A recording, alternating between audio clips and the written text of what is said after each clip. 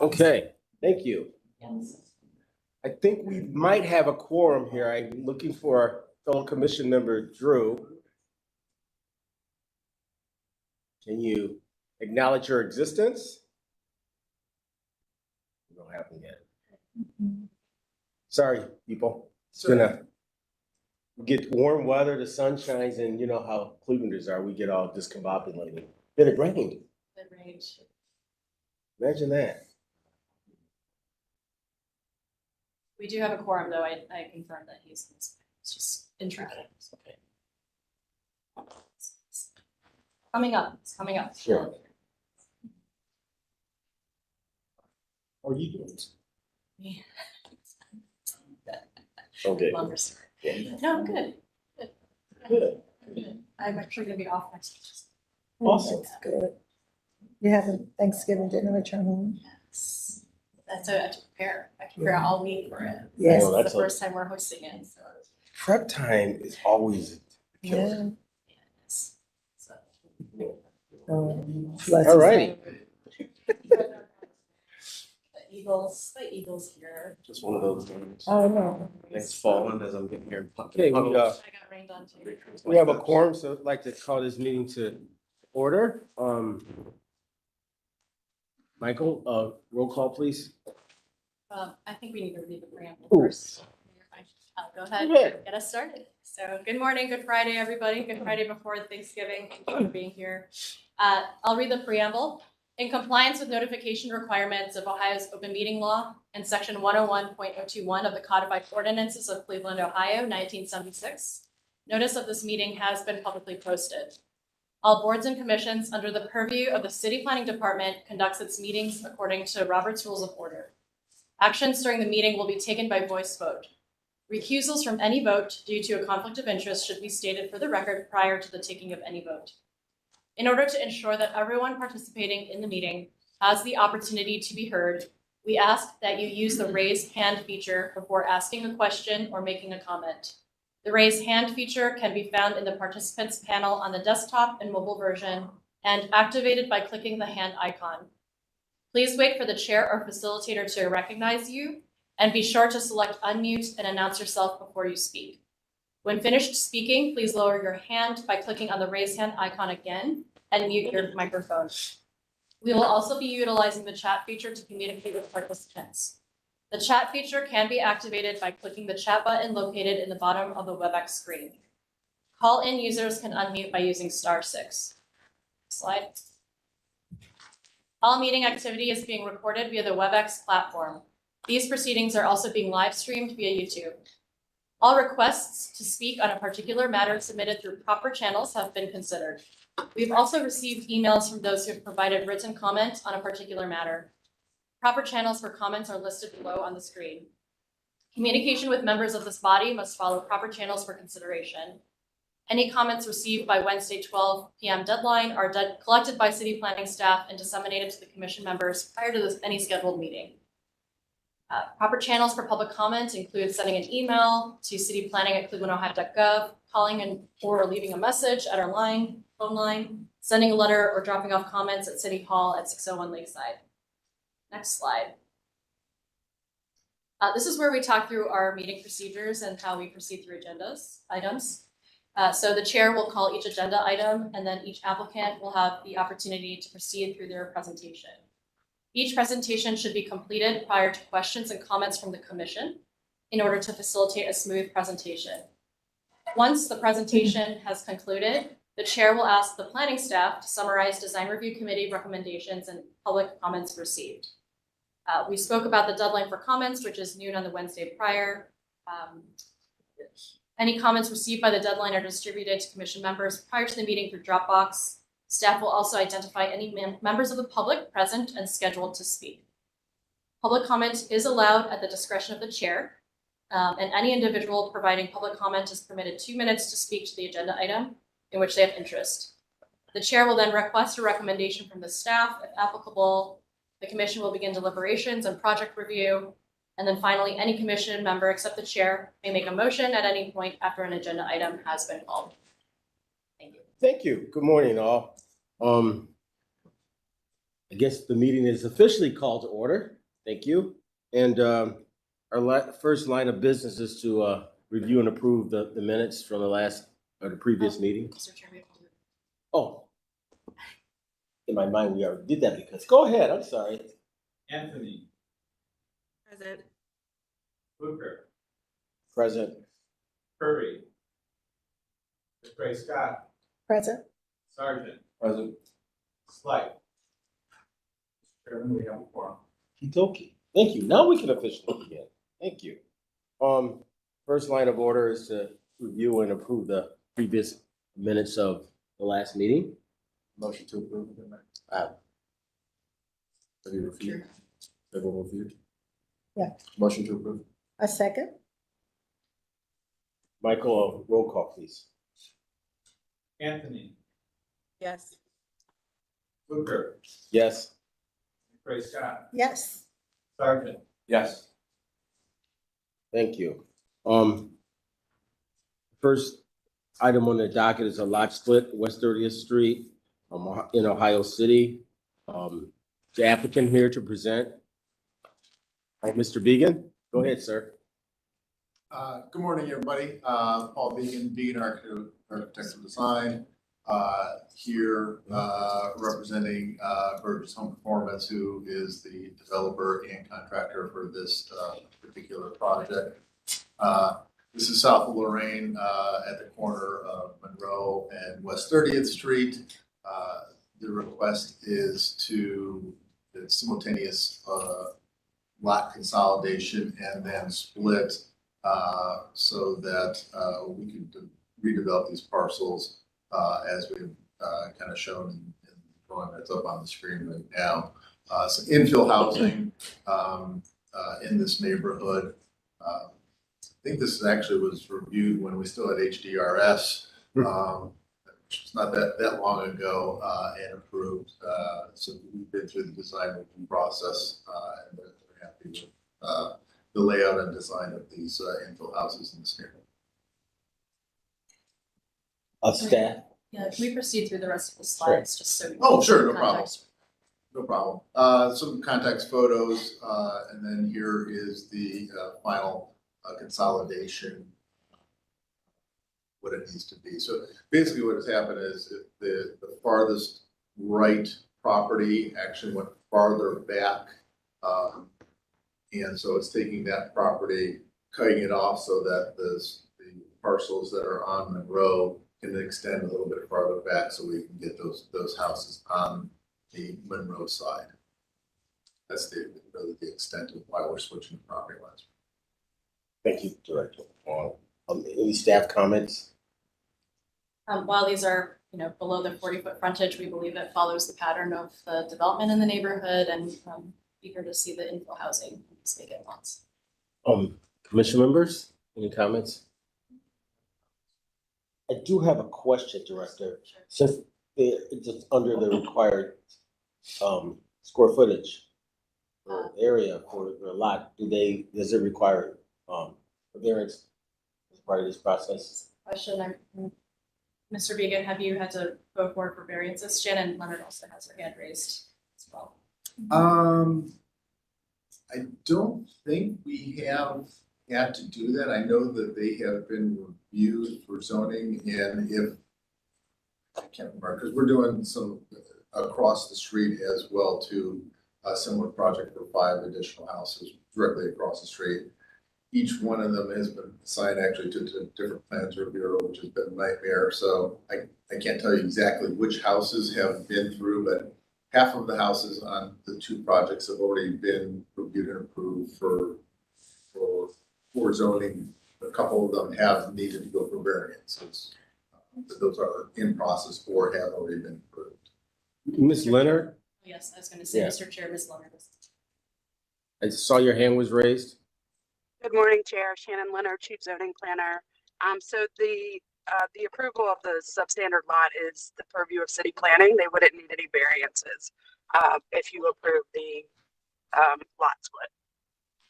Thank you. Would you like to call the Motion to approve. A second. roll call, please? Anthony, Yes. Booker, Yes. Ray Scott, Yes. Sergeant. Yes. The next item on the docket, the next two items, I should say, on the docket. are- Thank you. Thank you. Are public art special presentations. The first of which is Illuminate Clee Sculpture. And I believe you might want to make some comments beforehand.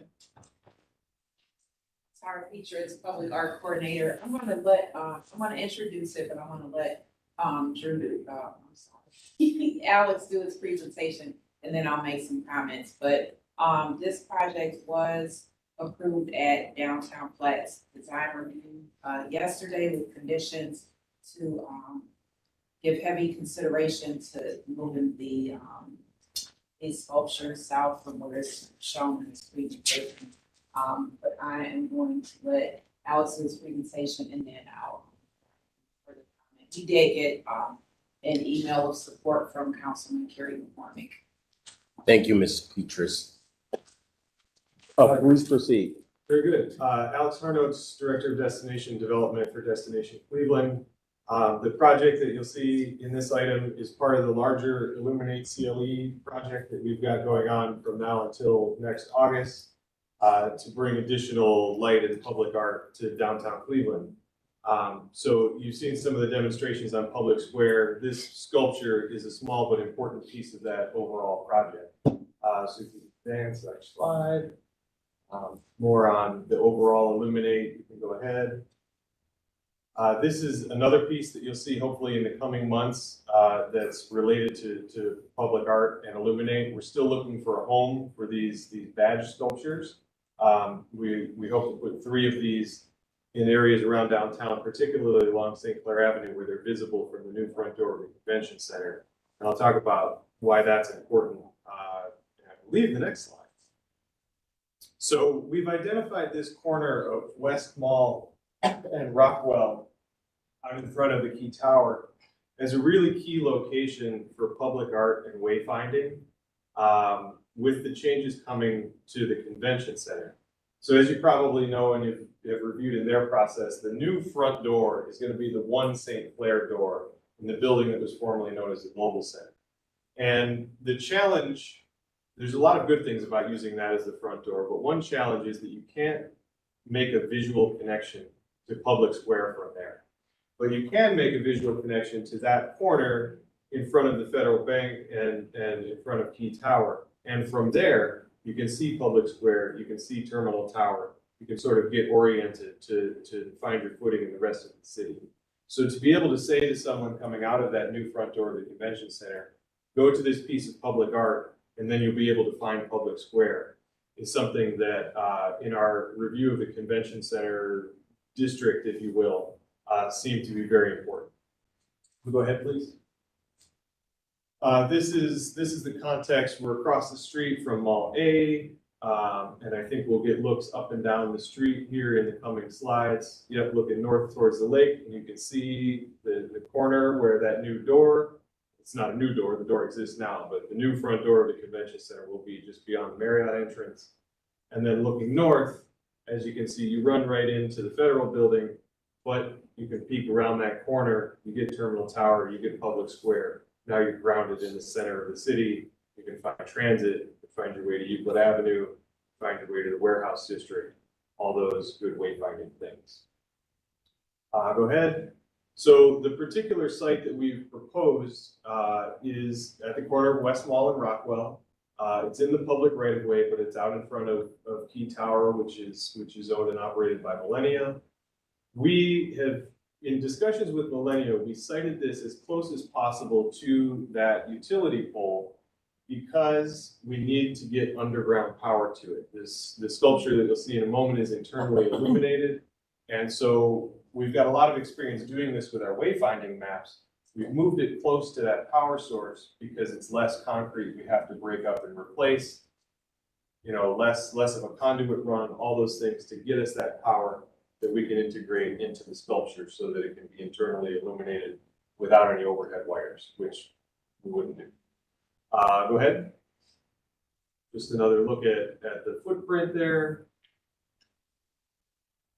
Ahead, please. Here's the proposed layout we've got. So the concrete slabs, which I believe were laid down about 6 years ago when Millennia took over control of the Key Tower. They did a lot of work on this front plaza. They're pretty attached to it. We had some starts and stops getting their support on this. But what we've laid out here is taking up one full slab of concrete, which would then be replaced after the sculpture was in place, and then just, saw cutting back that small red spray you see to get us into the power in that utility pole. From an ADA perspective and from an access perspective, the sculpture's got a minimum 43-inch clear distance from the face of the curb. The street light's only 27 inches from the curb, so we're not creating any impediment for large vehicles, for mirrors, for that kind of stuff. The blue line you see drawn is the clear path along the sidewalk. It's 130 inches at a minimum, and so no ADA issues, no issues for snow clearance. Millennia does that with small, like Gator type vehicles right now, so we can pass those, and we've got all the clear distance we need for the sidewalk. Go ahead, please. So a comparable work. We've engaged with Dion Art on this project. They just installed, I believe this is the first of these in America. They've got plenty of them.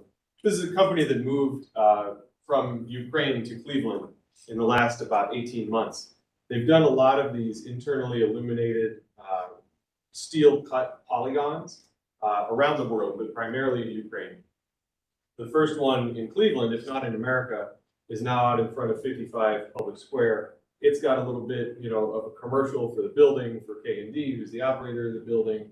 Ours does not have a commercial message, and it's not in this shape. But if you want to get a good idea of, how this is put together and what it is, there's a great local example there right around the corner. Go ahead, please. So our design is similar. Dion's great at making these stainless steel cut polygons, but we said it has to be visible from that front door of the convention center. So we need you to stretch what you normally do upwards. We need it to be tall.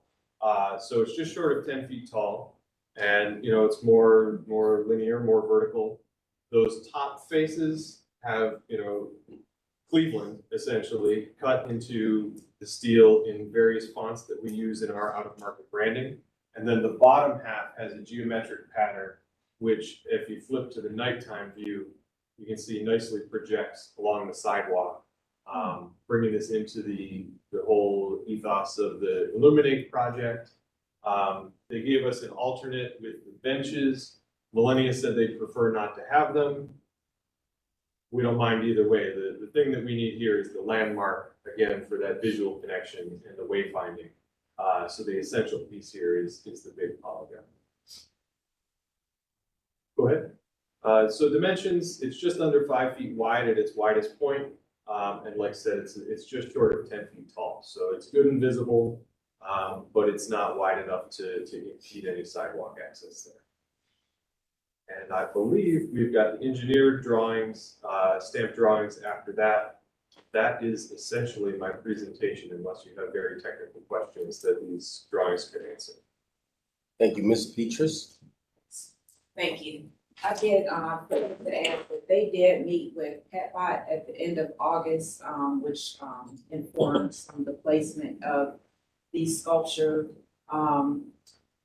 When they met with Downtown Flats yesterday, the reason they asked for it to be moved further south, they thought that there could be some horizontal drilling to connect to the conduit without a lot of sidewalk disruption. And then they said to, study based on the foundation and base to study what's underneath the sidewalk, if it's soil or if it's, I believe there's a garage underneath. So they just wanted to make sure that that's studied. But again, he did provide engineering specs that the planners and building department would review anyway. And I support this as well. I think doing wayfinding is such an artistic and engaging way for the public is a really good thing. And I just wanted to add those comments. And I have a question. for the lighting, is it timed lighting to come on at dusk or? Yes, so we probably do that in the very same way that we do our wayfinding maps, which, you know, they have a optical sensor, just like a street light, they come on when it's dark. So we would tie into that streetlight circuit. There'd be its own electric meter inside, just like our wayfinders, and it would come on at dark. Commission members? I have a few questions. With the internal lighting source, is it going to be RGB where you can change the color at will? Because the image that you showed seems to be appropriate for the winter context, but I imagine that could potentially change in other months. Yeah, so we haven't got there yet as to how that would be controlled, but, you know, RGB, it would certainly be LED, and the RGB is well within the budget of the project, so I imagine there's not going to be changing it. And we would probably sync it up to what we're doing on Public Square. Okay, great. In the previous example that has been installed, there seems to be like a bit of a pedestal there, but in your image, the base looks like almost like a gravel base. Yeah. So that's a good question, because it is a bit of a discrepancy between the render and the technical drawing. What we would do is, you know, pour a foundation and anchor the sculpture to that. What the artist envisioned was that this sort of feels like it's landed there. Mhm. And so what we would do is take a few of the pieces from the slab that we broke up, and they would arrange those and, you know, seal them in so that it looked like it had broken its way into the concrete. But in reality, under that, there is, you know, a solid pedestal. And I think my last question, I'm in favor of the design, but I'm kind of troubled by the placement. I don't know, and I understand the idea of reducing run of the conduit, but I feel like it's crowding up against the utility pole. And the way the render shows, it's much more centered in the pavement, so you would have like passing lanes directly on both sides. Even in this image on so the context page, that orange square, I feel like it definitely wants to move south. So I agree with the comments from design review. I think it's centered maybe in between the utility pole and that tree, feels more comfortable, and it's probably more in line with the actual rendered images. And, you know, I want to say like added utility run doesn't seem like enough reason to not put it in the position where it's going to look the best. That's pretty much what they said as well, to submit and make it more like what you saw. Because they felt like putting it by the poles, rounding it a bit. Yeah, you want to give people room to stand around it, you know, on the right side, you have to back up against the pole to really get a good look at it. Yeah, I just think, with all the investment, might as well center it and make it. I would tend to agree with you. That was purely a response to the adjacent property owner who installed the concrete, was very protective of it. So what I would say is that, you know, we can work on that, and it may perhaps also be driven by what's underground. So if we need to hit, you know, above a beam, above a column, something like that, that might inform exactly where we need to be as well. Sure. Excuse me, Commission Member Eric Anthony, this is entrance. Ms. Anthony? Yes, thank you, Vice Chair. To the applicant, I just had a quick question about the surrounding, excuse me, the lighting that's on the square there, and if there's any way to detect whether or not there would be any impairment of glare between the art piece and the existing light that is there. That is a very good question. I don't know that we've thought through that completely. What I will say is that if what we're talking about are the globe lights that you can see in the in Millennia's sort of courtyard there, Right. those are frosted. I don't know that they're going to provide a ton of glare, but it's an important thing to think about. I think the finish on that top half, you know, it's not shiny steel. There's a colored finish to it, and so yeah, we can certainly consult with the artist and the fabricator on maybe putting more of a matte finish on that. Yeah, I just would hate for the, excuse me, surrounding light to, you know, impact the validity of being able to see the sculpture fully. Makes a lot of sense. Thank you. You're welcome. Thank you. I had a couple comments. I heard that there may or might be seating, and there's an objection by a tenant who owns the building. I have a problem with that. The reason why I have a problem with it is we need to do what's best for connecting primary and prominent cultural institutions and sites in this city. And I think it should be based upon what we think is best as this Destination Cleveland or City of Cleveland. I'm happy that we're starting to think about how people walk, pedestrians use of the space. We need to do as much as we can to activate spaces, and creating some benches is a good passive solution. Because I'm gonna be totally honest, when you're in the mall, you're in the middle of no place. This feels like it might be a little more comfortable because there's a backdrop. You have like some nice landscaping, you have a building, you have not a lot of traffic other than just the valet that happens out of the hotel. So I think we should strongly consider what's best for connecting downtown and connecting people to opportunity. So I don't want that tenant to influence what we truly believe in. Thank you. To the comment of the benches, I think in the render, the placement seems a bit awkward. I would say that you'd probably want to run those parallel to the backer adjacent. So again, if people are standing, like it feels like the benches are crowding the actual object. And even if you put them parallel to the backer, it almost feels like it's part of their design as opposed to part of the art installation. Even if you had the lights underneath it, I think it'll just feel a lot more cohesive. And it's always awkward. People don't necessarily want to sit and face another person. Whenever you see that in public space, like no one wants to do that. You want to sit out and view other people. Thank you. Thank you. Roll call, please. Motion, please. I'm off my game today. I want to. Not that I ever am. And this is a question. Is it? Can we do this conditional approval on them providing documentation that it cannot be moved based on what is underneath? So I'd like that to be explored. Any conditions you want to attach to the motion? So I motion to approve on the condition that the applicant present sufficient enough cause that the art cannot be moved to the center of the walk as opposed to directly adjacent to the utility pole. Can I add another one? I think we should add the placement to it, right? Yeah, of the bench. The placement of the benches to be adjacent to or parallel to the planters if included in the project as well. Thank you. I second. Thank you. Roll call, please. Excuse me, Mr. Chair, let's give Michael a moment to catch up. I also wonder, do you want that to be presented to the staff members, or do you want it to be presented back to the commission, the documentation?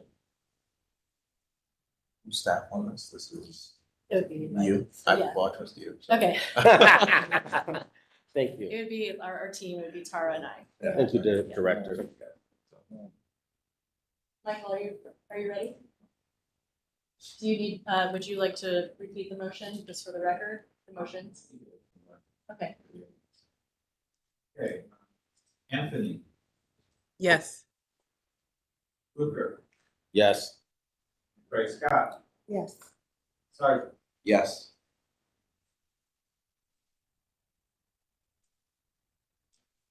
Okay, motion carries. Thank you. Good luck. The next art presentation, Murals Across the City of Cleveland, Goodrich Kirtland Park. Who might be here to present that? Still me. Ms. Peters, any comments you want to defer till after? Yeah, I'm gonna defer it till after. Okay. Okay. All right, very good. This is the third in the Murals Across the City series that this body has reviewed. The first two you're probably familiar with on Fleet Avenue and Lorraine and West 80th. This is a building that's in transition right now. It's a former Cleveland Public School. I believe we've got some of the development team on the line. They can jump in with questions about the building. But the site is on the corner of Superior and East 40th Street. We've got a mural design by Isaiah Williams, who's done some work, great work around the city as well as for Destination Cleveland before. The incoming or prospective property owners approached us about this west wall facing East 40th Street. At the beginning of our intake process, we had Isaiah Williams develop a design for it. Came back to the property and they said, we'd love to go bigger. We said, great, let's work together on funding this project and let's work together to figure out what we can add in addition to Destination Cleveland's design. So some more context, that's coming down East 40th Street and should be one more direction in there. They're looking across Superior. So moving into, I believe, the design elements. This is the area that we're looking at to apply the mural to. The original portion was that 12-foot high, 40-foot wide wall that is the westernmost wall. Prospective owner came back to us saying, we'd love to do this entire corner. That tree would be removed, replaced with other landscaping and trees. So we'd get a good look at that 36-foot wide west-facing wall, as well as a 28-foot wide north-facing wall. So going ahead into the design, first facade, which would be that tall wall. This is the design. Wall number 2 is the north-facing wall. And then wall number 3, that farthest west wall, again, like the rest of the murals across the Spin City project, has one of our tagline phrases in it, the land of blazing your own trails. I believe there's a render putting them all together right after this material slide. So this is paint on building, as the other two were. We've got Graffiti Heart helping us to manage the project, source materials, do all those sorts of things. So as our experience with the other ones in this project and others of theirs, we can be assured that those will be the best materials. Walls will be buffed, they'll be primed, and they'll get an anti-graffiti coating up to 12 feet once we're done. I believe now the next is the overall rendering, showing how that design wraps that corner of the building and frames up that sort of courtyard corner of Superior and Sporting. Thank you. Absolutely, thank you. Ms. Petrus? Petrus? In general, as far as the location, I'm fine with supporting. I do have concerns, and I expressed this to Destination Cleveland about the placement on the building, if we could go back. I feel like stopping the mural at the height that it's stopping at doesn't really respect the architecture or complement the architecture of the building. And then the wall that's facing west, that wall goes all the way across the mural, stopping at the point that the north wall meets it perpendicularly. I just feel like I asked about, is there a landscaping plan or windows or what's going on the bottom section where it's bare, because it looks unfinished and oddly placed to me. I feel like it's a missed opportunity. Now, Alex did mention that they are considering future use of the building, of some type of food vendor on that floor, and there's gonna be a patio, a tree removed, and some landscaping. But I think even with those things, stopping the mural up 6 feet high just looks a little odd. And then it's a little bit busy, but I do generally enjoy the artwork. And I just have concerns about the placement on the building. I feel like it should continue further down. But otherwise, the general location and the spirit of the artwork, I do. Mr. Chair, It's not in the design review district, so it's just coming to you guys. Mr. Chair, I believe Mr. Rico Petra was on, the property owner, and he may have a response. Actually, we're New Bridge. I'm sorry. Oh, Newbridge. Hi. Happy. Hi. Good to see you. Mr. Petro raised his hand though. Should we allow him to speak? Sure. Is he on part of this space? Good morning, everyone. We understand your concerns regarding the 6-foot buffer before the artwork. Our intentions would be to have a landscape buffer there. We believe that landscape buffer of hedges greens up what's going to have a lot of hard surfaces between the masonry on the building and the concrete, which in fact will be an outdoor seating area. Those hedges would be probably start off about 3.5 feet high and would grow to a maximum height at 6 feet. Beyond that, we would replace the hedges when they would outgrow that height limit. Our intention with the hedges are probably a couple-fold. First of all, we want to keep the integrity of the design, and if the design goes down to the ground level, you may miss some of the inspiration of the art. Secondly, the hedge line provides a protection layer from the building from getting tagged in the future. And third, it's just a way to kind of aesthetically green up the property for a patio and make it feel a little bit more warm and inviting. Our intentions on this hard corner is to work with Newbridge and their CEO, Bethany, to source a local food provider to provide cafe services that can act as an amenity to the district, an amenity to the property, and really find a defining corner where traffic is typically going around 25 miles an hour, so that, you know, while you're sitting at the traffic light or pedestrians are walking on the sidewalks, that you kind of have, you really have kind of a way to draw the perspective into the art, but also allow for kind of a community seating area that really kind of defines a architectural inflection point to this property at the hard corner. Time frame for doing the patio and the landscaping with regard in relation to when the artwork will be installed? It's a good question. It'll all be done at the same time. So we'll go in and have the art done. As soon as the artist gets done and it's sealed, we'll come in, weather dependent, obviously, but I don't think there'd be painting in the middle of winter. We'll add the hedge line in, and once we source an operator, then we'll come back in and come in front of planning to do any type of hard surfaces, whether that's benching, concrete, and additional aesthetics that would really kind of go to the corner of the sidewalks there. But the intentions are to really kind of create the art installation and the landscaping simultaneously, so within weeks of each other. Thank you. Representative for Newbridge, state your name if you want to make comments. Bethany Friedlander, I'm President and CEO of Newbridge. So we are incredibly excited that this building has been given to us by the New Metropolitan School District. And while it's not the most attractive school I've ever seen on the outside, it is absolutely exquisite inside. So we provide training in allied health careers. And so we will have a little over 300 students who will be here. There will also be a daycare on the other side. So I think even if we weren't able to get an operator of a food, this is a great place for our students to have lunch every day. And I get goosebumps when I think about them being able to have that lunch with their children.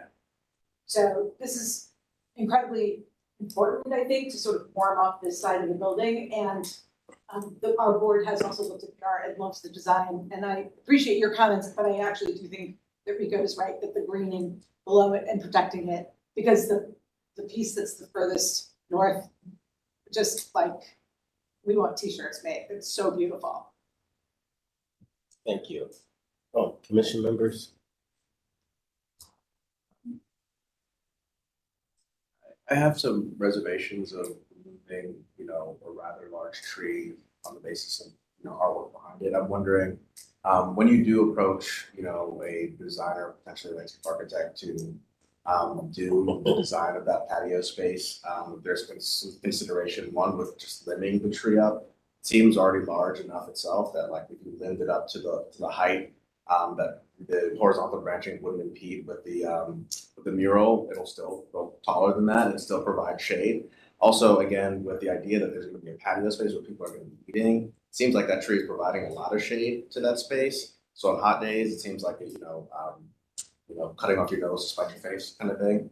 So I think again, working with a professional to understand what are the paving options there that could be installed and still preserve that tree, I think would make sense. And I think also, I mean, because it's kind of backed up against that wall, could the tree be a part of that foundation landscaping plan that you're doing as well, making everything a bit more cohesive? But I would hesitate to just say, let's cut down the tree just to see the artwork, right? Because I think it's going to provide some other benefits. Yeah, we're happy to replant a tree, but this tree is creating all kinds of issues with the roof of the property. The tree roots are a foundational issue with coming up against the foundation of the property. I think the intention when this tree was planted was not to be as high as it is. So it's creating disrepair, continuous disrepair with the leaves each season to the roof. If you take a look across the entire roof of the property, 80% of the damage to the roof is contiguous to this tree because of that. We will gladly replant an appropriately sized tree that can grow over time and not be prohibitive to the maintenance requirements of the building. We can manage it, shade, we can plant trees in other areas on the property, but the tree is just oversized and would eliminate threefold. It would eliminate an opportunity for a patio. It would eliminate an opportunity for an art installation, and it probably eliminates, some ability to generate proceeds to keep up with the repair of the building, because it's going to continuously create issues with the roof of the property. I appreciate that people want to keep trees. We will replace the tree. Frankly, we can plant 2 trees in exchange for 1 here. But if we have to keep the tree, then there's no patio, there's no art. Thank you. I just had a couple comments. The first of which is anti-graffiti coating is sort of a misnomer. It's a sacrificial lamb. If you're tagged and you clean or you remove the tagging, then that destroys the protection. So I just wanted everybody to know that. Lastly, and most importantly, the quality of murals I've seen in the last couple months are awesome. We're starting to up our game, because when you travel, you see some fantastic murals, and we're starting to compete with the other cities around the country. So I commend everyone on that one. Mr. Chair, if I may, just point of privilege as the director, love Star Being, Isaiah Williams' work, huge fan, and I do believe his work is very powerful. And so I'm happy to see him put yet another mural in this area. May I suggest, if there is further study desired, you may request a tree plan from the applicant and a review by Jennifer Kipp related to the project. Yeah, it'd be great to see the overall landscape patio plan. That's happening. All right. It sounds like nothing's going to happen in the near term because of the weather. So I think we have time to vet some of the concerns we have. So someone can call to question. Building changed ownership already, or involved in the process? We've just finished our due diligence, and so it will transfer end of January, first week of February. Motion to approve with the condition that the applicant provide assessment of the existing tree and understanding the implications on maintenance and other considerations, but then also the landscaping plan and patio plan for the future. A second. Thank you. Roll call, please, Michael. Oh, So go ahead. I got you, Michael. Sorry. Motion to approve with the condition that the applicant provide assessment on the tree with the consideration to the existing maintenance costs, as well as provide a landscaping and patio plan for the future development of the site. And I second.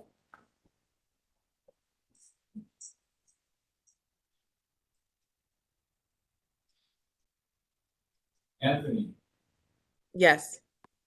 Luker, Yes. Ray Scott, Yes. Sargent. Yes. Thank you. Good luck. Yeah, we should probably use AI to take notes. Thank you. But we don't want to replace you or anything, Michael. We're gonna have a union strike. Okay.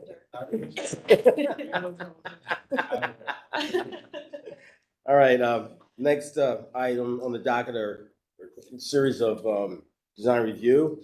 We're gonna start with the Far West Design Review, Arby's. They're here for final approval, I believe. And, who might be here to speak on behalf of the applicant?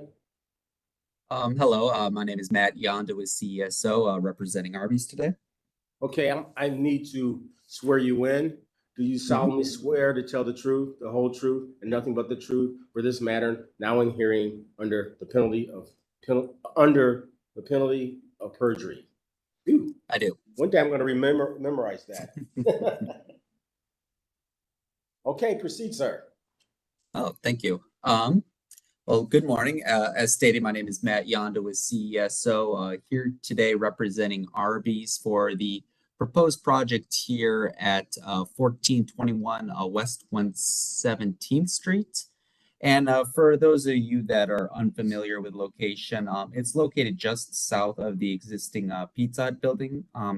Not sure if that's actually abandoned now or not. But this location is located at the southeast corner of the intersection of West 117th Street and Detroit Avenue. And if we're able to flip to, sorry, just some locations here, the existing photos, that would be great. Right here, perfect. So at least for this existing site here, currently what's housed here is an existing Arby's restaurant. As you can see from these outside shots of the existing restaurant and any of the interior shots, the site's a bit outdated here. So with the scope of this project, what we're planning on doing is to completely demolish this site. And in demolishing this site, we're looking to construct a new Arby's site, which includes a 2,500 square foot restaurant with associated patio, parking, drive-through, and landscaping here. In regards to at least access for this site, the access point locations are matching that of the existing site here in that there will be two one-way drives connecting to West 117th there on the west side of the site. And then Mr. Yonda, go ahead. Mr. Yonda, I apologize for interrupting you. We've heard this a couple times. So if to expedite this review and approval, could you just identify the areas that have changed and what you plan to do to address staff's comments as well as design review comments? Thank you. Oh, no problem. Yes, sorry. I usually like to give a spiel in case people forget, but I could definitely move on to that there. So at least in regards to the last time that we came to this planning commission meeting, got approval, we went through the DRC just to kind of go through the final review process. We've been at least addressing their comments here. Some of these are in regards to adding a little bit more landscaping to the Detroit Avenue connection there. Adding some more improved details upon the fence that's going to be located on the south end of the site here. And at least one being the main portion, I would say, is in regards to the elevations here of the building. Previously, what we were doing is proposing an EIFS material for this elevation. Per our meeting with the DRC, they said they preferred to see a more durable material for this, something sedimentatious, a fiber cement material, similar to a Hardy board or a Nichiha product. So what we did is kind of went back, redesigned the elevation, not in its look and overall aesthetic, but in regards to the material. So now we are proposing a Nichiha material here instead of what we were previously proposing of an EIFS. And at least that's definitely the main comments I would say that came from this round for the DRC. But at least we've been working with them to address all of their necessary comments here, and at least recently have received final approval from the DRC, but should be noted that it's a contingent approval. I believe we just got this on Wednesday, so there's still 3 minor comments that we need to address that we're working on currently addressing. In regards to the light temperature for the photometric plan, working on addressing that, confirming a Nichiha product, and believe the other one is at least providing some specs for a pedestrian lighting that goes on at the patio area. So working currently to address those comments to get that full approval, but on top of those comments, we're still willing to work with the city here, take any recommendations you may have in order to at least provide the best product we can to the city here. Apologies for repeating stuff that I've done in the past here, but hopefully that helps. And at this point, I guess I would like to now turn it over to the commission. Please feel free to reach out to me. Let me know if you have any questions. No issues. We appreciate your thoroughness. Staff, any staff reports? Mr. Davenport? We had a couple of comments about the HVAC and the lighting on site. And just a request for the patio furniture to be approved. So, okay. And just for the record, this was approved with a conditional use permit earlier this year regarding the drives and the pedestrian. Thanks, Director. That's a good point. We did. We've seen this a couple times. May I make a motion? Sure, go ahead.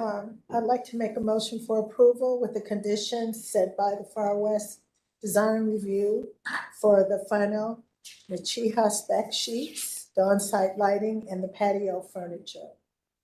Second. Thank you. Anthony, Yes. Hooper, Yes. Ray Scott, Yes. Doug. Yes. Thank you. Good luck. And Thank you bring so some much. beef. Bring some beef. Or meat. Got the I'm meats. sorry. Kind of mixed up my eras and genres, but the next item on the Near West docket is Breakwater Residences, Detroit Shoreway. Who's here to present on behalf of the applicant? I'm here with Bob Wacky with the architects. I believe Chantal Moody with Turndev, the development company, is also on virtually. And we have the landscape architect Edge out of Columbus. They are on virtually. All right, I need to swear you three in and just signify by raising your hand or saying aye. Do you solemnly swear to tell the truth, the whole truth, and nothing but the truth for this matter now in hearing under penalty of perjury? Aye. Thank you. Proceed, sir. I don't know if we heard from the developers I'm sorry, can we hear from you guys online. online?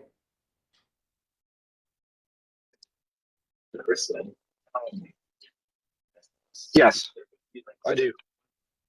Yeah. Is that, and where's the developer? Is that the landscape? I'm sorry, Josh McKeever, Edge, out of Okay. Columbus. And we need one more. All right, so if the landscape architect wants to speak, we're gonna have to swear that person in. So that was the landscape architect. Chantal, I think, was having maybe some phone trouble getting in. All right. So if she Okay. takes, All right, thank you so stage is much. yours. Again, Paul Glowacki with Timid Architects. We've been working with Turndev on this project for a number of months now. We've met initially with city planning, and we met a few weeks ago with the local design review and received approval. We've also shared this with the council person. I will let them speak to all their reviews. So next slide, please. So the project is on the near west side of Cleveland in the Detroit Shoreway neighborhood, just south of Breakwater Avenue, Edgewater Park, Edgewater Yacht Club Marina, and in kind of this industrial neighborhood that is becoming less and less industrial and will continue with this project as well. Next slide, please. So the immediate site plan here, the site is bounded by Breakwater Avenue to the north. We have West 58th as the nearest street to the east, West 65th to the west. And then on the south side of the site, there is a current abandoned rail line that runs, you can kind of see that swooping track there. Abandoned rail line that has essentially a lot of overgrowth trees and is kind of unkempt.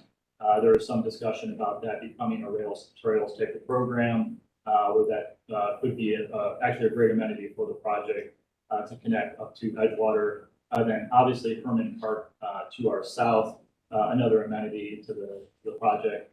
To our immediate East is a industrial building that's storage. It's kind of that big lot that's there. And then there's another apartment building that is right on the corner of West 58th and Breakwater, which we were lucky enough to work on as well. To the north of Breakwater, NRP's the Edison project, which we worked on probably about 10 years ago now with the NRP group. So we're very familiar with the site, with the neighborhood. We're excited to be back in this neighborhood and doing another project. There are some additional industrial buildings to the immediate west. There's actually a cell tower to our immediate west, and then some leftover industrial buildings running down West 65th, bounding Hermit Park. Next slide. Just kind of another image, Google Earth image. The site kind of highlighted there is currently the Premium Metals industrial buildings, a number of warehouse buildings, some open space on the lot, and a brick office building that is right on Breakwater.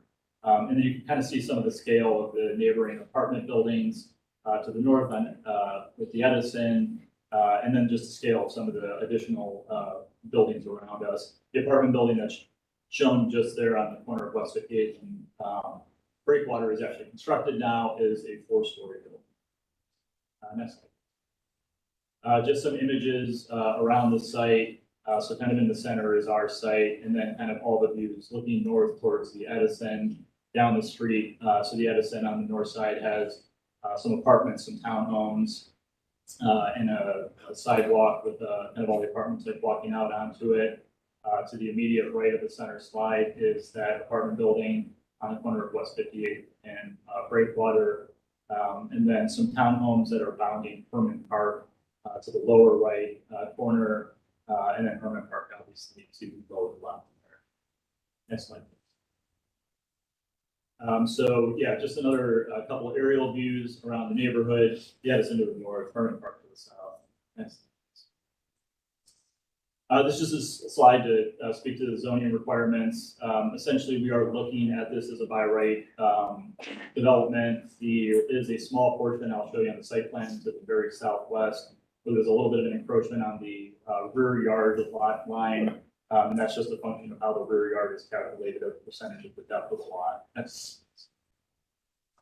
So this is the immediate overall site plan. The proposal is for Breakwater Avenue to kind of have all the frontage of the project. So working from west to east on Breakwater, we have a drive aisle, a series of townhomes in kind of some smaller buildings.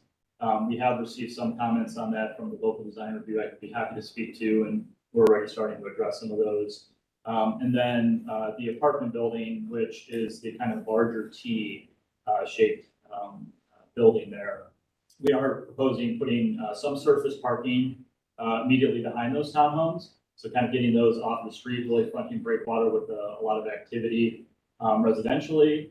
And then the apartment building would have some frontage on Breakwater, just a small portion there to the very east of the lot line, and then structured parking, so a parking garage on that first floor for a large majority of that first floor plate. Again, pulled off Breakwater, kind of hidden back into the site. And really trying to create some nodes along that building, along that parking garage, as it's kind of viewed from Breakwater and as it's viewed a little bit from Hermit Park. We've done a number of things to kind of address that. And so on Breakwater, we're looking at kind of the main entry to the residential, which would be 4 stories of apartments above this parking garage podium. So we would have leasing offices, some breakout office rooms for the tenants themselves. That's kind of the main public entrance to the residential portion. As you kind of see these two vehicular access points to the site, we wanted to make sure as you're walking down Breakwater and you look a little bit deeper into the site, past those townhomes, past the apartment building, that there are various nodes along there that also have ground floor activity. So you kind of just see any of the portions that are not gray on this plan are entrances to the site. So at kind of the knuckle of the building, as you look at the eastern vehicular entry, that would be where most of the tenants would enter, whether they're parking outside or even if they're parking inside the garage. There would be like mail, storage, package concierge type of things there.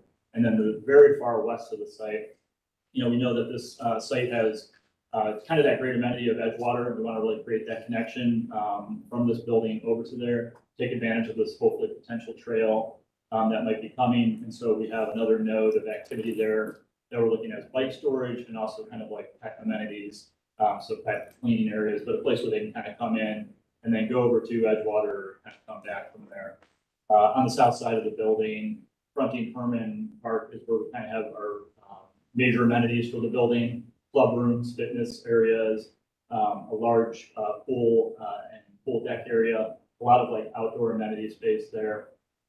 I'll let Edge, our landscape architect, speak to kind of some of the fronting along Breakwater and a lot of what we've tried to do kind of buffer the remainder of the garage towards Herman Park. But just very quickly, there is kind of an idea that we would have some topography that kind of works up towards that garage wall on the western portion of the garage facing Herman Park. Next slide. Just some overall building plans. Again, this is pretty conceptual at this point, but really the idea is that we have a podium building, 4 stories of apartments above. We're looking at 180 apartments with a mix of 1-2 bedrooms predominantly, some small amount of studios. And then currently in this plan, we're looking at 13 townhomes. That's already started to shift based on local design review committee, but kind of in that same realm of townhomes there. The parking is essentially 2 parking spaces for the townhomes and just a little bit over a 1-to-1 parking ratio between the surface parking and the parking garage for the apartments above. Again, not planning on any variances here for height of building, coverage, square footage, parking or anything like that in this current iteration. These are just some blow-ups. I really won't go into these. I kind of talked about the different nodes of the building that are kind of those public fronting spaces. Next slide, please. Again, this is that rear kind of public space. And I think there's some slides coming up here that kind of speak to landscaping, so I'll let Edge jump in here.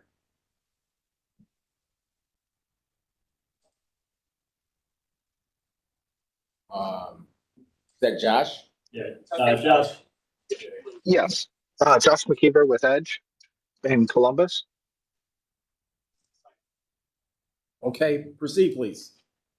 Okay, so I guess starting up along Breakwater Avenue, the townhomes gonna provide a pretty consistent streetscape along the townhomes that includes a low evergreen shrub along with some ornamental grasses and then some ornamental trees in front of the units themselves.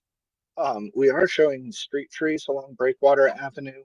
I do know that there are some utility lines there along Breakwater Avenue, which I believe that we are looking at to see if those can be buried. Then moving further east to in front of the main offices and kind of community area for the apartment complex, continuing that streetscape, and then also providing some bike racks and open space area there for people to gather.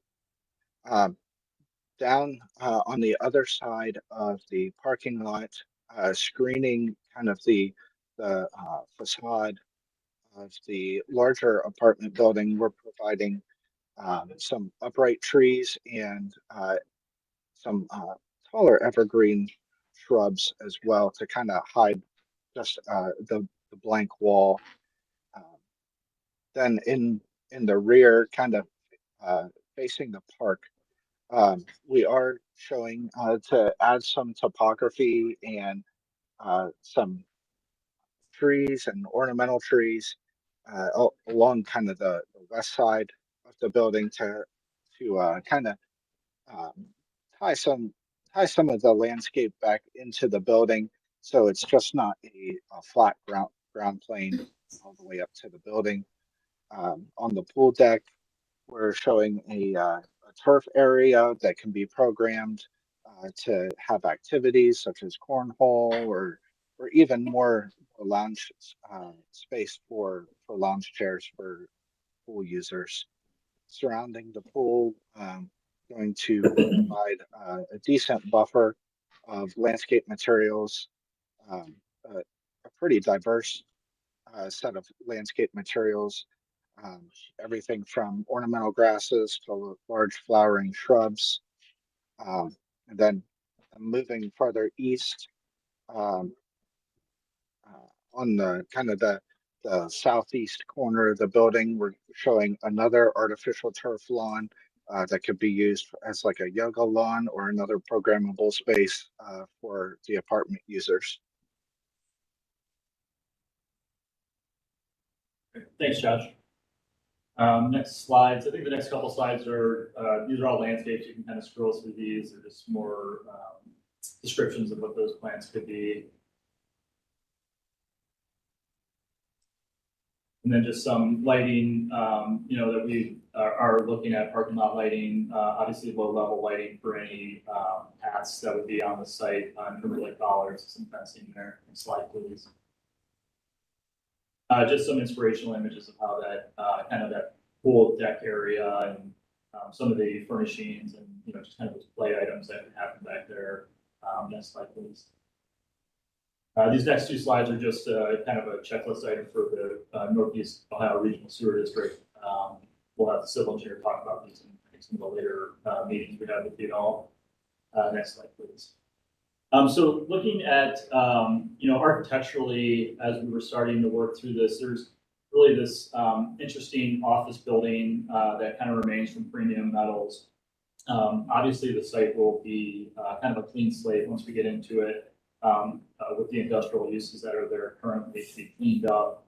But wanted to kind of have maybe a little bit more of a modern homage to what's there as we start to, see kind of the last remnants of this industrial neighborhood kind of fading into the past, have some homage to those. So we really like that kind of brick two-story element. We also think it helps with kind of the overall scale of the building as it's along breakwater, relating to some of the buildings across the street. Also, this kind of steel structural frame, component that's kind of around the entirety of the rest of the site for Premium Metals. So kind of creating that base of the building with that kind of two-story brick element. The center image is really the only portion that comes out to breakwater. It kind of has more of that similar scale to the apartment building that's on the corner of West 58th and Breakwater. So it's not really the breadth of the entire apartment building that kind of recedes back into the site. But also to just kind of show on either side of that, the left and right, how we would bring that front brick two-story element, kind of those more decorative architectural elements into the site. There's a parking garage, or there's a parking lot right to the east of us. So you would see, 40 or 50 feet back into the site. And then obviously with the vehicular entry on the west side of this front entry, you would see back into that portion of the site. So just taking some of those elements. Next slide, please. These are just various elevations throughout, just to kind of show how we're like breaking up the overall massing of the building. There is a proposal. Obviously, this building has some really wonderful views towards Lake Erie, actually, kind of over the top of the townhomes. The buildings, to the north, the topography kind of slopes down pretty drastically. Once you get to the Edison, there's about a 14-foot drop from breakwater onto their site. So we are hopefully going to be able to take advantage. We've done some drone shots already to have a lot of balconies kind of all around this building. Obviously, to the east, we have some great views of downtown Cleveland over the top of that industrial building to the east. And then, this building kind of has a nice frontage on Herman Park as well, and we want to take advantage of that. So there really is kind of a proposal for a lot of balconies around the entire site. I think really the only place we weren't proposing a lot of balconies was kind of on into that parking area. But hearing some of the design reviews comments, local design reviews comments, we would be like looking at probably the top 2 floors, adding in, if not full balconies, probably some Juliets in there to get a lot of glass and still have like kind of those brick views out. Go to the next couple of slides here, just those elevations kind of all around the building. Just notably, you'll see, the kind of that brick element that happens really, which becomes those view corridors into the site to those vehicular entry points. Next slide, please. This is the rear view towards Herman Park. We had played with really kind of trying to break up this elevation in terms of like the materiality on some of these bays that we have for the residential units above. We did hear a little bit back on design reviews from local design reviews, so we are kind of re-looking at this elevation, and I think our next iterations will definitely have more of a kind of scale breakdown. I know that they really like some of the elements that were happening kind of towards the east side of the building we talked about in the renderings. The lower portion that you see there is the lower brick portion is the club room, the amenity room, kind of the fitness.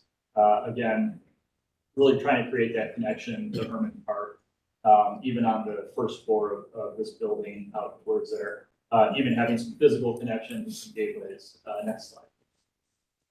The townhome, so we initially had shown this two-story townhouse fronting along Breakwater, trying to really get those views from the apartment building over the top of this.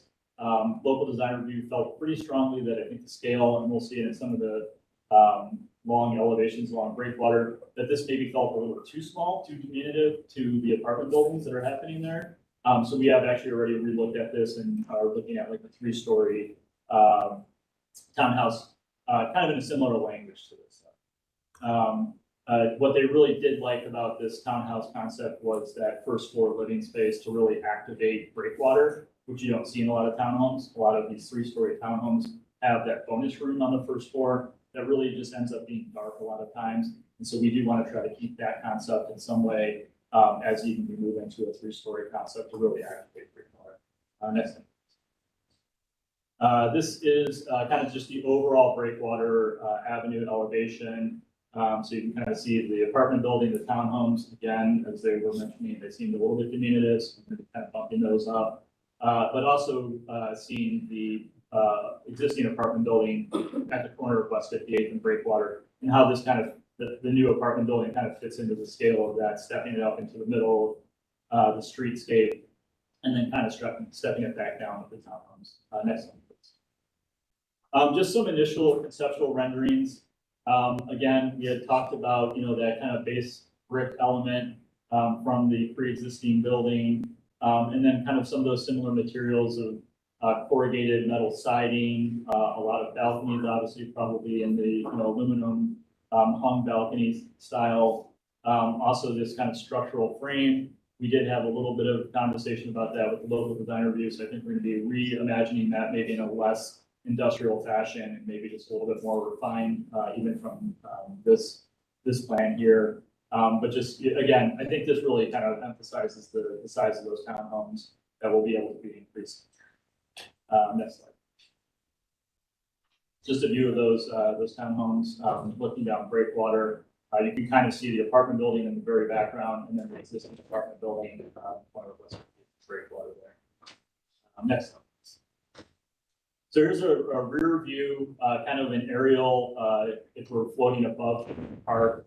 You can see how we've really tried to buffer that garage space to the west there. What this, I think, unfortunately didn't illustrate very well is the amount of trees that are actually along this rail.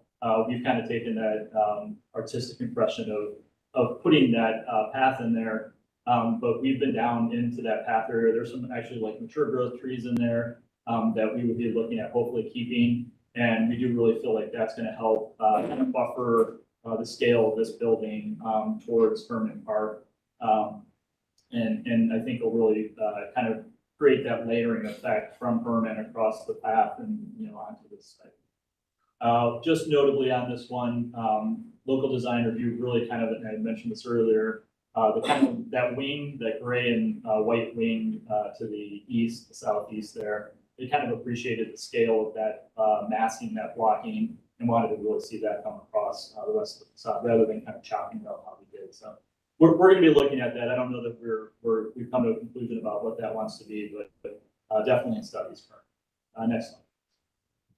Just a couple close-ups of those apartments, and I think the last slide is.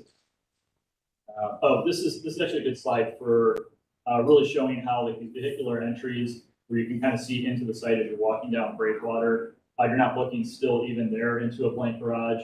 As you look all the way deep into the kind of corner of the building, that would be the residence entry area with mails, storage, package concierge, probably the place they pick up their, their Uber Eats and all that stuff. We'll have some parking along this area as well. Just an image of that whole area, and then I think the last one is here. This is that gateway element that we were looking at towards Herman Park, just a little pagoda that sits out right outside of that pool area. And I welcome any questions. Obviously, this I know is a lot. This is the first time you guys are seeing this. We're very interested to keep moving this design forward and working with the city. Thank you. Thank you. So Adam stepped outside and hoping that he would be able to comment on the staff I report. was going to ask if Councilwoman Spencer or anybody from CDC might be present to opine. Hearing none. Yeah, I don't see any council or CDC staff. Well, okay. Well, I'm going to entertain a commission until Adam gets back. Is that okay, That's Director? Commission members? I mean, I think is this conceptual? Yes, sir. For conceptual, I think this is, far beyond what we usually see. I think some considerations that what you mentioned, would love to see, again, existing tree assessment and the tree protection plan for those trees that you're saying you're gonna preserve on the back of, or facing Herman Park. I gotta concur with design review's comments. Some of the kind of structural beam kind of overlay seems like it's more of like an added thing, and even in that additive gesture, it doesn't seem like it's doing like any real aesthetic appeal. So I mean, I'm not necessarily to the point that you should remove it from the project, but if there's ways to bring it in, whether it's weaving within the balconies and making it seem like it provides some level of amenity or some level of purpose as opposed to just kind of being like an additional frame to the building, I would love to see that explored. And if that is the route that you're going, there seems to be almost like another design idea, almost like a portal thing that's adjacent to the townhouses. I'm wondering if that structural element can be brought into that as well, so there's a more cohesive kind of look around the entire site. I believe that's pretty much all my comments. Yeah, the comment that I had, you answered it, about the drop off for Uber Eats or DoorDash, or any visitors that may come to the area. That was taken care of. Thank you. Okay. Any other commission members? I had a couple thoughts. First off, I'd like to commend you on your presentation. This is sort of a model I think that should be replicated, especially as it relates to context and telling the story in the beginning. It helped me understand the project a lot better before you got into the meat and potatoes of it. The question I have is, are those train tracks active? No. Okay, good. Okay, that's all I have. Mr. Davenport? Yeah, just a couple of comments building off the design review. We agree a lot with how Paul walked us through this presentation. We had talked actually about the merits of flipping the building towards Breakwater and having the townhouses face the park as well. But I think Paul is a good justification for scale on Breakwater from what was built at the Edison and the apartment building to the east as well, and then the future of what could be within Herman Park. So the city in all likelihood will take possession of that rail spur pretty soon, actually. And so we'll be working with the Capital Projects Office on an integration of that rail spur to Herman Park improvements over time. So my kind of ask to all these developments around Herman Park is that they face the park as a front door as well. Face the street. So we feel like it's a pretty smart plan. Just some other comments about integrating the design as much as possible to the superstructure of the building so it doesn't get beat out, was a pretty heavy comment. And yeah, Paul went into a little bit, but the scale of those townhouses we felt could actually be larger than one breakwater for the rest of the site and how large it is. So we're happy with the direction of where it's going. Happy to see back. I mean, if I could tag on, I would like to add my personal comments, separate from the staff. I think, I want to add a few nods, and then I want to add something that I'm struggling with, the site plan overall. So huge nod to the architecture. I have no issue, generally speaking, with the style and the approach. And I also, agree with the idea of activating the first floor in the townhomes. We have been actively working towards that with townhouse code, and having that first floor presence really helps it feel much more residential than kind of that bonus room idea. I think I'll express my struggle to the commission. You feel free to take it or leave it. I do think that there's a huge opportunity with the Herman Park that's there. If you're familiar with the park, there's context that's set with the townhomes that hug one side of the park. And to me, I think that's a huge opportunity to find a way to kind of hug the rail spur with the building or even the townhomes. I think that having townhomes hugging a park kind of creates that sort of middle scale, and it allows for that almost European style where you have housing hugging a courtyard that's really kind of facing towards the park. So if you have families who are living in a townhouse, they can have direct eyes into the park and access onto the pathways. I do think that, just a consideration for that sort of family-friendly design and to match the scale of the existing townhomes that are already hugging that park area. I think my second struggle is having the pool and the amenities face the rail spur. If they're not meant to be for the public, I would rather prefer that be tucked kind of on the interior rather than just kind of openly facing the park. Again, kind of an opportunity to have a structure kind of closely hugging the rail spur in the park in order to allow for that direct eyes onto the street, just from a family and child-friendly design perspective. So those are my comments. Director Wong, thank you. Those are really great points. I guess as it relates to proximity to the rails spur, sort of like a chicken and an egg conversation, because the last thing you want to do is embrace that concept, and then the city of Cleveland comes in and starts construction in your front door. So, if the inverse could happen, and we know things on the municipal level move slow for a lot of reasons. Money has to be procured, legislation has to be enacted, and that could take a lot of time. We don't know what that means in terms of their development. So although I totally agree with you, it's sort of a slippery slope as it relates to how it might be executed, I believe. Yeah, thank you for hearing my comments. All right. Mission members? I motion to approve with the conditions set by Far West Design Review, and also with the applicant to provide tree preservation and existing tree assessment regarding to the trees of the southern edge adjacent to Herman Park on the next phase of the project. A second. Roll call, please. Anthony. Yes. Luker. Yes. Ray Scott. Yes. Sargent. Yes. I would like to say, just to follow up on your comments, because I really believe it's a very valid point for consideration. I think what this provides us is an opportunity as a public entity and a private entity to really work this out to the advantage of the community, the advantage of the people who might be living there, the developer. I think it could be done. It's just, how much are you going to commit to? If you commit to it, then you can't let it sort of sit.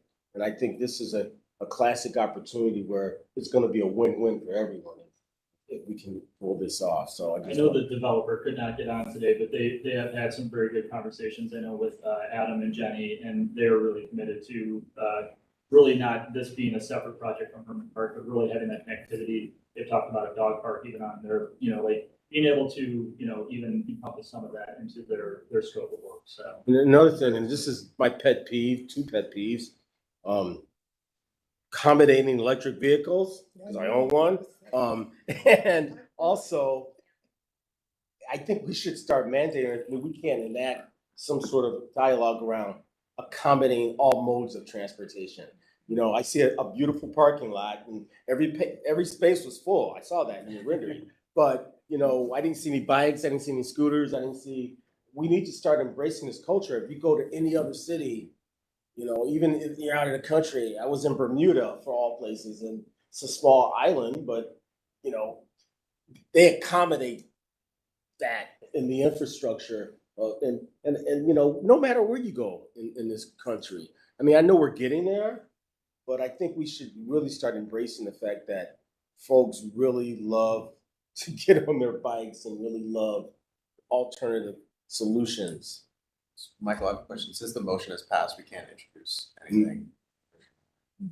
I would not entertain that, but they're going to be back. This is consumption.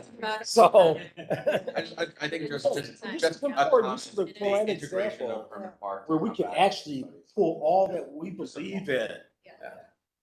You have a park, you have a lake, you have a park, you have all the right ingredients. And I think we should just take this as an example of really pushing the envelope to set the example. Again, and A fun piece of history is that when I was at Detroit Troy, I actually wrote a grant to make this rail spur happen in this form. So it's fun to see this. Yeah. And I had just point of privilege, want to thank Adam for his leadership and kind of pulling the pieces together to make sure it's a very integrated project. So we got a lot to work to do. So this is good. You have a provocative project. And hopefully the developer feels the same way. Hopefully we can extend that system. Thank you. Thank you. Thank you for your time this morning. All righty. All right. Next on the docket is Downtown Flats design review. It's a demo of 2343 Superior. Oops. Ooh, I missed one. I'm really off my game. I didn't have my tea this morning. It's East Design Review. Sorry, guys. Slavic Village gas station. I do have a question. I don't understand the comment here. So maybe I can give before we get going, so we can understand what that means. Who might be here to present on behalf of the applicant? Slavic Village. I am Carl Moore, and Dale Dingus, the owner, so Dale. Okay, I need to swear you guys in, then. Okay. Then I'm going to ask Director Wong to sort of clarify a couple of things before we begin. Do you solemnly swear to tell the truth, the whole truth, and nothing but the truth for this matter now in hearing under the penalty of perjury? Thank you, Director Wong. Sure. So just to cue this one up. So the Slavic Village gas station has been before the is it Central East now, Southeast, Central Southeast design review several times. It's been at least 3 times, and typically we would like for the design review to have 2 looks, right? So take action by the 2nd time. It was tabled at the 3rd design review meeting, and at that time we said, I think we just need to move it forward to the Planning Commission for action. Because we don't want them to kind of continuously be in a cycle of design review. And so we did decide to move the project forward. Since it was tabled at the last design review, there are no recommendations provided from that, but the staff have been working closely with the applicant and they can provide much more context with regard to the design comments throughout the process after the presentation. The last thing I'll say is that this is located in semi-industrial zoning. And so it does fit the zoning. And so through the design process, we've been encouraging the strongest design possible.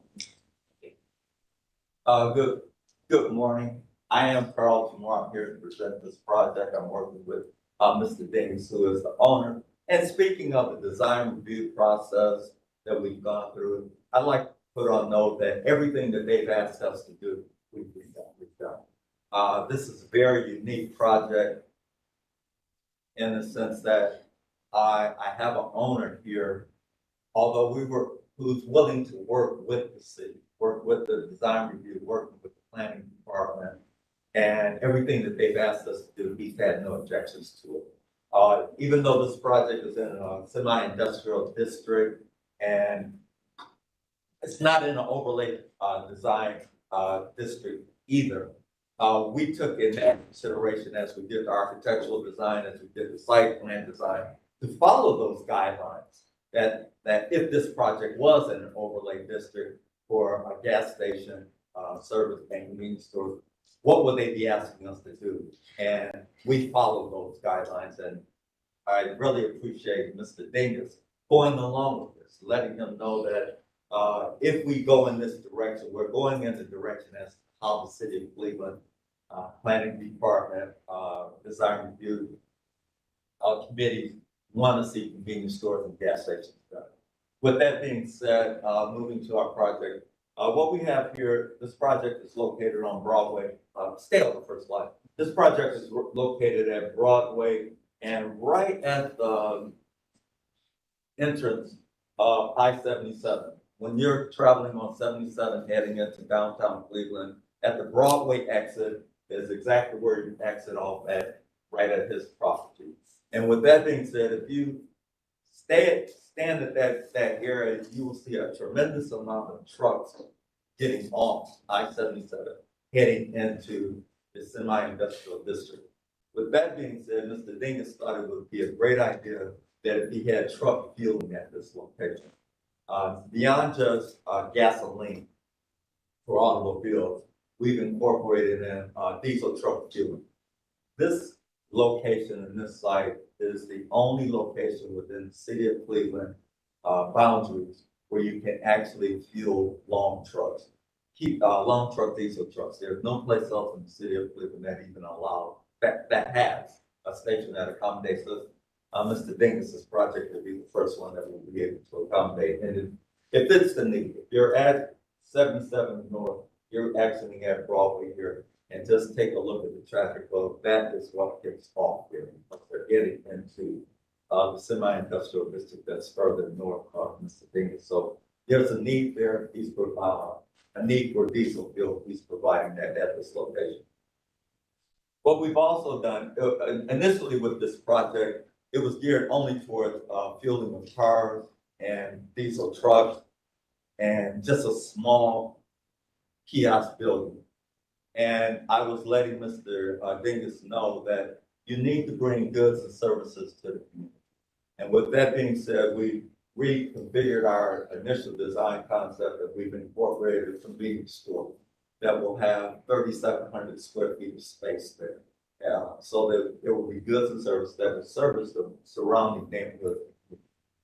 This location, there isn't a decent convenience store anywhere near where his property is located. So although we're bordered by a residential district, by bringing in the convenience store and bringing in the right food entities, it will provide a service for the community.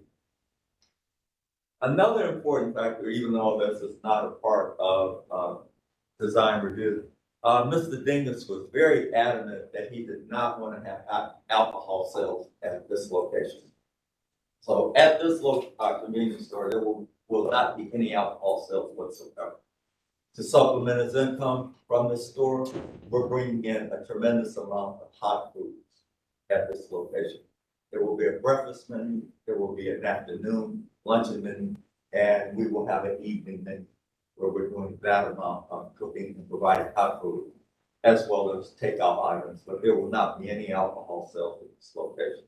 We don't need it, we don't want it. It brings additional problems to the store owner as well as the community.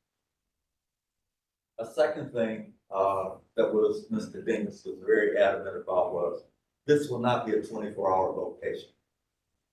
When you have gas stations in inner city, it is very difficult to run these operations from 11 o'clock at night until 6 in the morning, that third shift.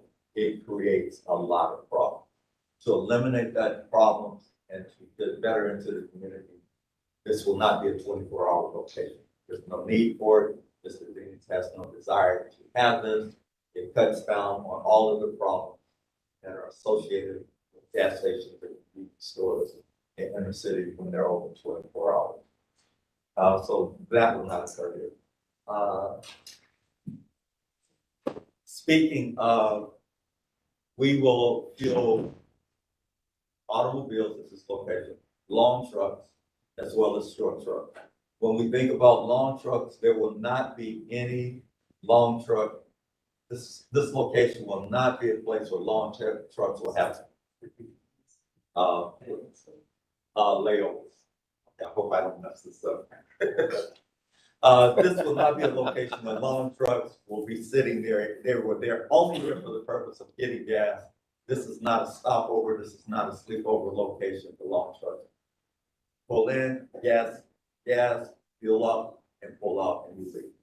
So basically, that's the location. This is what we're doing at this site. We brought the convenience store right to the property line. And what that means is it's pedestrian friendly. When a person who is walking to this location, traditionally with gas stations, the building sits back on the property. The gasoline pumps and canopies is at the sidewalk area, which means there's an interaction between cars pulling in and people walking up to the store. We wanted to follow the guidelines that the city planning department likes to see, pedestrian friendly. So we brought the building to the property line. Anyone who's walking along Broadway Avenue can walk up to the building, and they do not interact and walking across the parking lot to get to the building. We have an entrance on both the Broadway. You can enter into the store on the Broadway side of the building, and you can also enter the building for people who are parking and getting fuel. They can enter on the east side of the building as well. And that agree with that. Let's just go back. The next slide is a photometric study. The photometric study is showing that with the canopy itself, the type of lighting that we're using, direct LED lighting, direct down fusing lighting, they literally have no spread whatsoever. What do I point this? There's literally no spread beyond the canopy. So it's moving on its own. There's a little lag. Oh, okay. There you go. Well, I'll just go to the next slide. With the canopy lighting, a concern was the spread of the light. With new gas stations, canopy lighting, the lighting is directly down fusing lighting. There's literally no spread beyond 5 feet beyond the canopy itself. So it does not interfere with any of the property owners who are east of that property, even though we have vacant lots at this time. Any future development there, they will not be bothered by the lighting of the canopy. And keep in mind, this is not a 24-hour gas station. At 11 o'clock at night, for the purpose of security, there probably will only be 2 lights on underneath the canopy, so that the crossroad is not dark at night.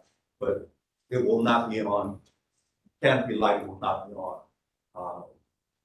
throughout the night. That's looking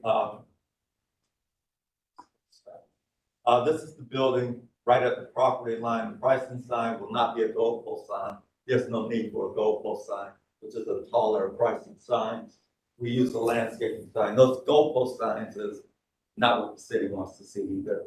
They're good for freeways when you got to know where the future, where an exit is, and being able to see the sign. Bring it down to the street level. Anyone pulling in, the pricing for the fueling will be posted right at the wall that's there. No need for a tall goalpost sign. Another requirement that goes along with this pedestrian-friendly overlay district design concept. Entrances right on Broadway. This is the site lighting. We have placed site lighting.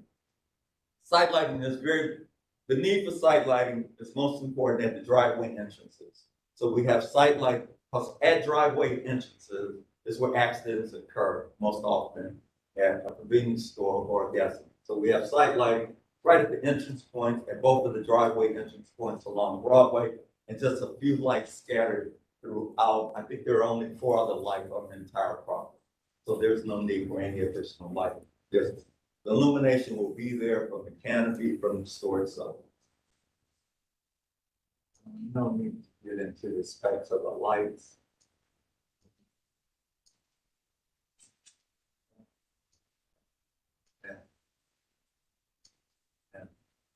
These are the lights that's used under the canopy itself, part of our photometric study. With these lights are pinpoint design, and we can adjust the level of illumination. Once it's in the canopy, we can stand back and say that we need this. We can change the hue of the light, we can change the amount of illumination that the light gives off, so that we can tailor it specifically for our location. Value focused illumination selectable there. Low glare canopy lighting will be used. As you can see, the only illumination is underneath the canopy. High efficiency lighting. And these are the lights once again. And that's the end of my presentation. But so I know I said, and Mr. Dingus, is there anything you would like to add or so? No. Okay, so staff report. Sir, can you agree? If you go back to the site, plan, I would like to add that in design review, one thing that was also addressed was the landscaping architecture, and Mr. Dingus and Mr. Carlton Moore, they addressed that as well. Did you guys? Mr. Carlton, I'm a Do bit. this, man. I told you when you gave me this. No, it's because It's- it's yeah. rotating through, okay. We started clicking. Open up a can of worms right now. Yeah, so he has a plethora of different trees and shrubs that are gonna be coming as well. And just overall, like the whole project, it's been through design review like 3 times, I believe, like Joyce said. And we're just looking forward to getting this project underway. I think he's been here for about a year at this point, I think, since last year. But he's addressed every single comment and suggestion that Central Southeast Design Review Team and committee has given them. And the design has come back better every single time. So I'm just looking forward to it. Could I ask a question? Hold on, Shannon. Ms. Leonard has something, and then I do want to check to see if Councilman Starr is on. Yeah, I was gonna ask that, yeah, or CDC. Shannon Leonard, Chief Zoning Planner, City Planning Commission. So this project came to Building and Housing as a by right gas station in a semi-industrial district. This is not a design district. As Director stated, it's actually right outside of it to the west of it. And it came through and Building and Housing said, this is new construction, retail's gonna have to go to city planning. Why don't you try to configure this as if it was an urban form overlay? Try to make this gas station be as pedestrian friendly as a gas station could be, right? In the neighborhood and be a good neighbor to the residential that is nearby or to the north of the property. And so, as y'all may remember back earlier this year, back around January, February, we did remove the 43-foot map setback. That's a legacy setback that runs from downtown all the way to Garfield Heights. And we did that purposely so that they could set that retail component of this project towards the street frontage to make this area, where there is some walking happening to the bus stops, that there is a convenient or a commercial retail space that is open to the public. When they first brought this through, they weren't really meeting those urban form overlay guidelines of making sure that there was a pedestrian frontage, entrance on the frontage, bringing it close. They added additionally some outside patio seating area. Yes, They talked about the warm food idea, and I know that Councilman Starr was really concerned with making sure that this wasn't just, a typical rinky-dink C-store kind of thing. They really wanted to add value. And so we worked with them through that process from the zoning perspective. It does have the appropriate 10-foot dense landscaping strip to the rear of the property. There was concern about, those 3 homes to the north, right there on Gallup. And so they met those items through that process. And so from a zoning perspective, I think they really hit the mark, for gas stations in an urban context. Councilman Stars. Oh, Councilwoman Starr? Hey, I'm sorry. hey. I apologize, sir. I got pronouns too now.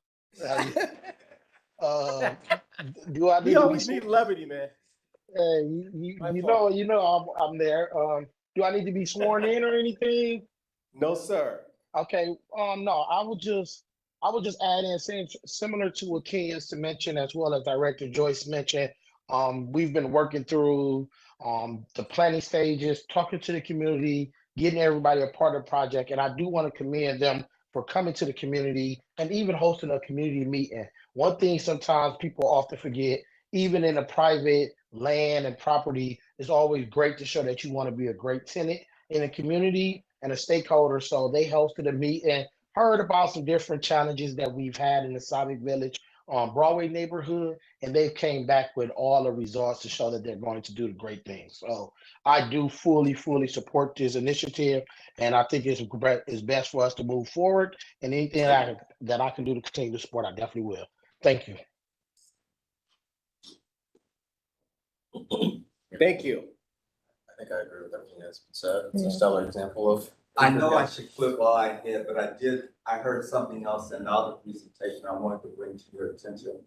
At our location, we have 5 EV charging stations at this location. I saw it in the plan. But to educate you on electric charging stations and why you don't see them. Electric charging stations cost anywhere between $90,000 to $120,000 per station. So if you have 5 of them, you're looking at a possibility of almost close to $500,000. That is why you don't see them at Speedway. If they were that easy to obtain, they would be everywhere. There's a specific reason why you don't see them, because they cost that much. And once you install a charging station, you don't make any money as a person who owns an electric vehicle. It costs very little to charge an electric vehicle. So the upfront cost for doing electric charging stations basically has made it almost cost prohibitive.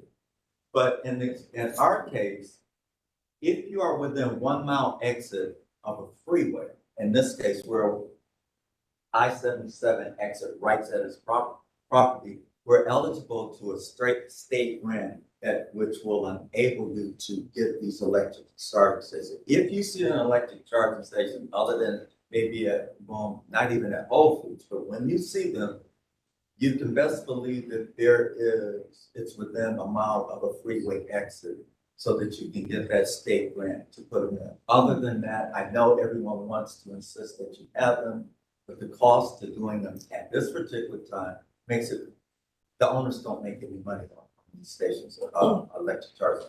But we're with the help of Kenyon Gray on this, with his background, we're looking at, we have 5 electric charging stations. We are within 1 mile. So we're right at. Are they level 3 charging stations? We have not got to that level. If they're not fast charging, what's the point? That's what I'm saying. They have to be fast. Okay, thank you. That's level 3. Yeah. All right. But we are proposing 5 of those, and we do have bicycle racks as well as outdoor seating at this location. Well, hopefully the big 3 will start installing superstructure like I think Tesla does. But anyway, that's a whole nother conversation. Thank you. I just want to say one thing, and initially when I saw this on the agenda, I'm like, ugh. But the way the houses are buffered, you have garages that are in the backyards, and so I don't feel too worried about that buffering that you're proposing. Yes, and we do have a 10-foot landscaping strip at the back of our property, as well as a 6-foot high fence. We proposed a higher fence, but that would require a zoning variance. So we've been working with the city planning and everyone else where we did not want to seek a variance to any of the local zoning ordinances. We wanted to work within the city's concept. Okay, thank you. That's good. Any further comments from the commission? No, I think it's great. I motion to approve. A second. Roll call, please, Michael.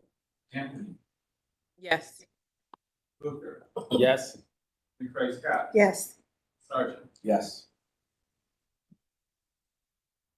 Good luck, gentlemen. Thank you very much. And just, I want to mention that Kenya has experience with the EV kind of research and background and transportation, so he's a great resource for planning. Yeah, commission. I used to work for AT&T. We need to talk to Tesla. I have a Tesla charging station next to my house at Church Square.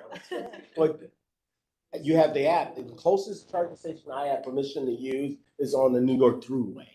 So it's a monopoly. It's like Apple, right? And there are other EVgo charging stations along E79. So that's a step in the right direction. Very sensitive to that I'm conversation. not sure if Ohio won the funding, like the netting purpose, but I worked on that whole plan. Okay. Hopefully. All right. Yeah, we'll be talking with you on that then. Okay. Yes. Thank you very much. Thanks. Thank you. Bye, bye, everyone. Sure. All right, next on the agenda is downtown flash design review, demo at 2343 Superior Avenue.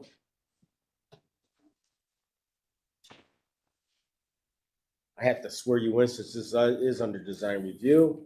Do you solemnly swear to tell the truth, the whole truth, and nothing but the truth for this matter now in hearing under the penalty of perjury? Yes. Your name? Jeff Rivers, Principal, Express Demolition. Okay, thank you, sir. Please proceed. This is for the demolition of property, 2343 Superior Avenue, corner of 24th and Superior. Yeah, I've used this before. So, Just the right arrow. Yep. I got you. Okay, these are exterior photos of the subject property. We wish to demolition. I am representing RJL 2423 LLC. That is the developer who purchased the property for to be raised. At this moment in time, they do not have plans for the property, just to raise this property and to have green space. We've already had permission to demo 3 houses just north of this property, which have been raised. The crews are out there now raising those properties, as well as the developer is working on closing on the building to the west of the site, which you will see once we're done with the interior photos here. Okay, building to the west, I believe, will be raised as well at a future time. But right now, our concerning area is the area highlighted, which will be just green space.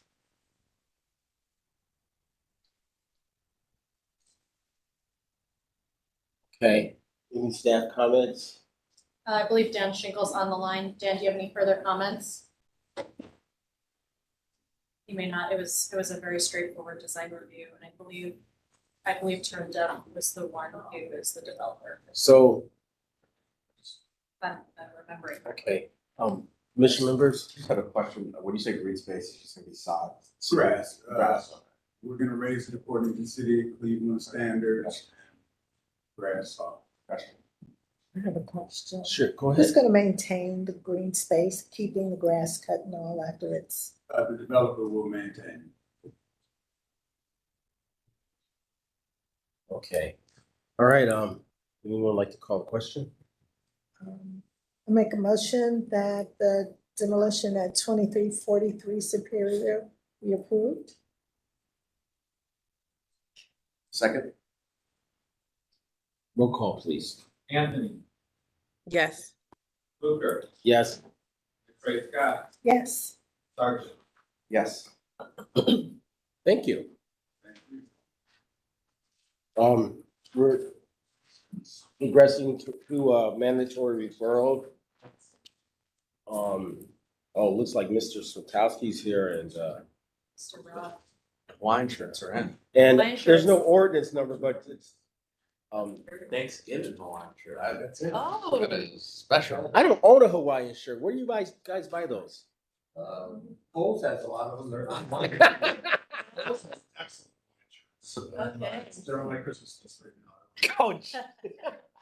So they fulfilled their homework assignment, which was to come back in Yes. Hawaiian shirts, so. I think we need to Well do done. that one Friday. You're invited to EDC, they're all over the place. I'm gonna go by before I leave. 50%. Tommy Bahama section. Thank you. Rick Swatowski, manager, engineering, construction. We have three, thank you. Which one's it for? Yep. We have three items, under mandatory review. First one's Carnegie Avenue, Phase 3, which will be from Ontario to East 55th Street. Currently, we have received funding from issue 1 for Carnegie 1, which is 55th to 79th. Make an application for Carnegie 2, which is 79th to NOA. And we will next year make application for this particular portion. We'll probably have to phase it because ODOT's gonna be doing CCG 3A, the trench. The bridge work there, that starts in 25, I think, 6 or 7 year construction contract. But I think, last time I looked, it was $216 million for the work. But we'll have to phase it so that we can put that Carnegie Bridge is coming out in probably 24, 25, excuse me, 25, 26. So we'll have to probably start from the 28th and go up to the 55th, but that's what design will tell us. So as I said, the whole project is Ontario to 55th. It's sitting right now as a $13 million project, $1.3 million design fee. They make an application for that next December. See now what else. So here's the schedule. Schedule is start design June 2024.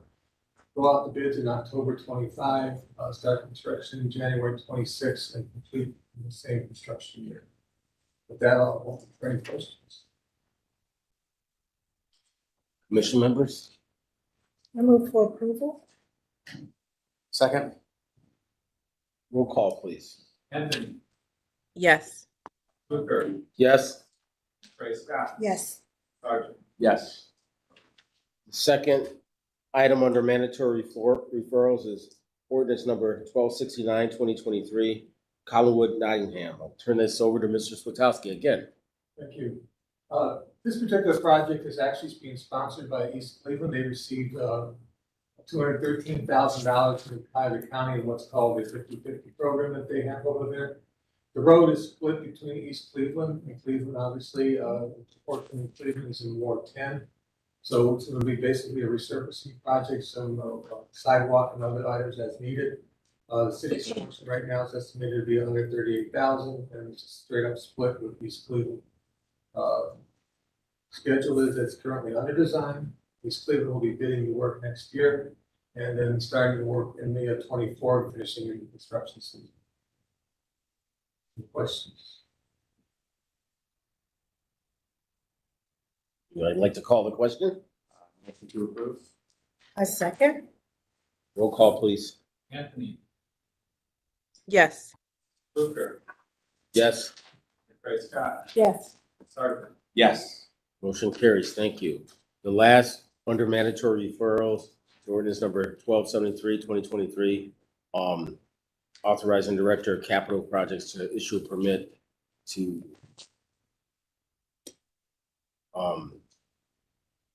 for another paving project, huh? Okay. This is an encroachment. Encroachment? Yes. Oh, gotcha. Okay. Yes. I don't have my reading glasses on. There you go. This is an encroachment at 1865 West 22nd Street. It's just a very short street, actually comes off Bridge Avenue and then becomes this 22nd Street. Probably has three buildings on it. One's a church, St. Emmerich, and this apartment building that's across the street from it. What they're doing is basically renovating and expanding this building. And part of their expansion program is to put stairs into the right of way and also have an at-grade patio. So they're seeking an encroachment for those two staircases and their patio. You see they're basically identical in terms of one longer than the other, but the encroachments are being sought, and we want to go ahead with that one. So we're seeking authorization to move forward with the legislation. Question? The encroachment into the right of way, what is like the residual depth of the sidewalk? took a look this morning, our minimum is 4 foot, it looked like about 8 feet left still. Okay. It's pretty deep. Bombs. Motion to approve. A second? Roll call, please, Michael. Anthony, Yes. Hoover, Yes, Craig Scott. Yes. Tyler. Yes. thank you. Thank you, Mr. Spitowski. Thank you. Have a nice day and enjoy Thanksgiving. Thank you. Well, enjoy the beach.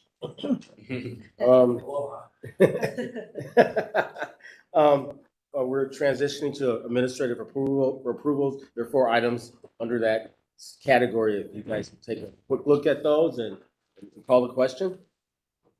Scroll through. Xavier.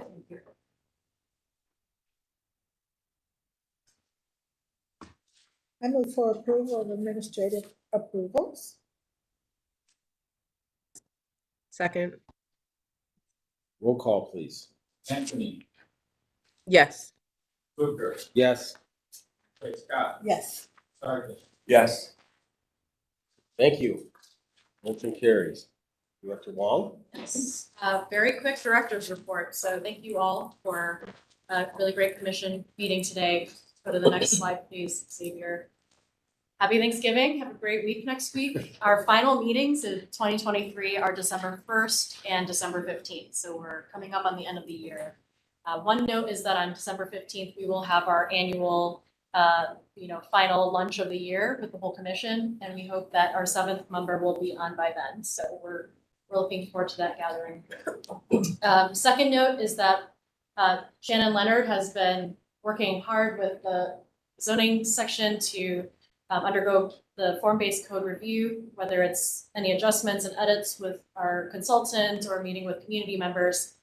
So as a heads up for you all, we are going to plan to bring forward to you on December 1st the review recommendation and vote for form-based code. So it'll be an exciting Friday with all the maps, all 4 maps.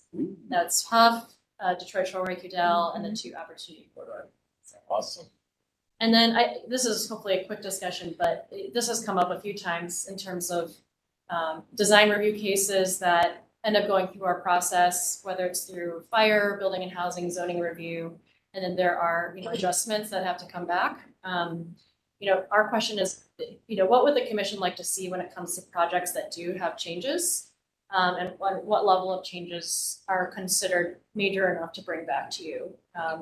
Sometimes we talk about it in percentages, so if it's like a 10% change, it's kind of like fuzzy, right? It's kind of hard to quantify. It's hard to quantify, yeah. Like the 10% change could be like in the public right away and it could have like a big impact. Sure. But if it's a material, something that changes the, overall look and or sighting, I would think, but, because I appreciate this sentiment, I believe we're trying to figure out how to expedite the process here at City Hall. And so, we want to be fair, but we also want to be diligent. I guess this is the conversation we can have at lunch. Yeah, that's a good point. We can talk about it at lunch. We have all our board commission here, so. I think it could remind me, for instance, like Stokes West, right? It originally went from being 2 buildings to just 1 major building, something like that. And my thought process is major enough to bring that. That's major. You all to review. So if it looks different from the right of way or something, or changes how it's the view shed down a corridor, I think that would be something that would make for the need for that change, But like a driveway aisle going from 18 feet to 20 feet may not necessarily be something. Yeah. I guess a good example is like an entryway that we thought would have been one way and it came out differently because of there's a specific case where the zoning review actually required a change. And those can be kind of deliberations within staff too, to say, should we bring this to the commission? Yeah. But people react differently, right? Because if it's a change that impacts your neighborhood, Just when in doubt, I'm up for reviewing it again. We can always, expedite the review once it's here and say like, hey, we don't need to see that portion of the presentation. Get to the staff details, but and oftentimes we don't even see it once it goes through once it finishes with planning and it goes through several other steps, we may not necessarily even know until construction. So that's something to discuss, and we are continuing forward with our permitting review, just to make sure that we are coming all to the table at one time to discuss the different issues and topics within the departments. That's all. So that's the last slide. Yes, meeting is adjourned. Thank you. Thank you all. Have a nice holiday. Take care. Thank you.